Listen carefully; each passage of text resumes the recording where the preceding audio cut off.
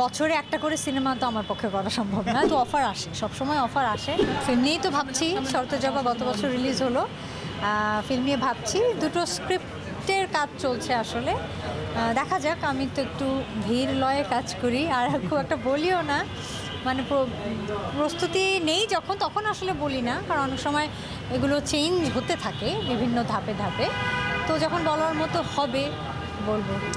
লাল টিপ, গহীনের শব্দ, শঙ্খচিল, শরতের জবা, কোনো রিপিটেশন নেই, গল্পেও কোনো মিল নেই, আমার চরিত্রেও কোনো মিল নেই। না, রিপিটেশন হয়তো পাওয়া যাবে না, কিন্তু যদি আমার লেখার উপর হয় তাহলে এতটুকু হিন্ট দিতে পারি যে হ্যাঁ, আমার জনরাটা তো একটু অন্যরকম জনরা, একটু সাসপেন্স থ্রিলার থাকে, একটু রহস্য রোমাঞ্চ থাকে, একটু ভৌতিক আবহ থাকে, হ্যাঁ প্রেম থাকে, গান থাকে, তো হ্যাঁ জনরা একটু ওদিকে যেতে পারে।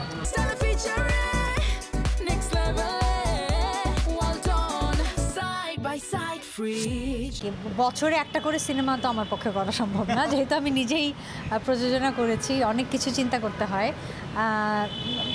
বললাম তো যে আমার কাজ থাকলে তার সেই গল্পের মধ্যে নিশ্চয়ই কোথাও না কোথাও এই আবহটা থাকবে।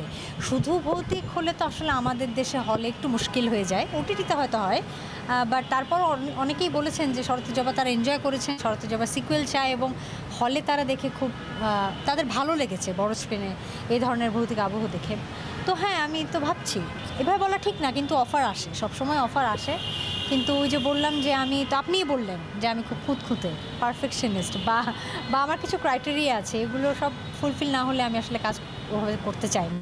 হ্যাঁ, সবাই বলতে পারে কেন এত দেখো, কাজ করেছি আমি তো 2002 থেকে কাজ করি, সো হিসাব করলে আমি অনেক দিন তো কাজ করেছি।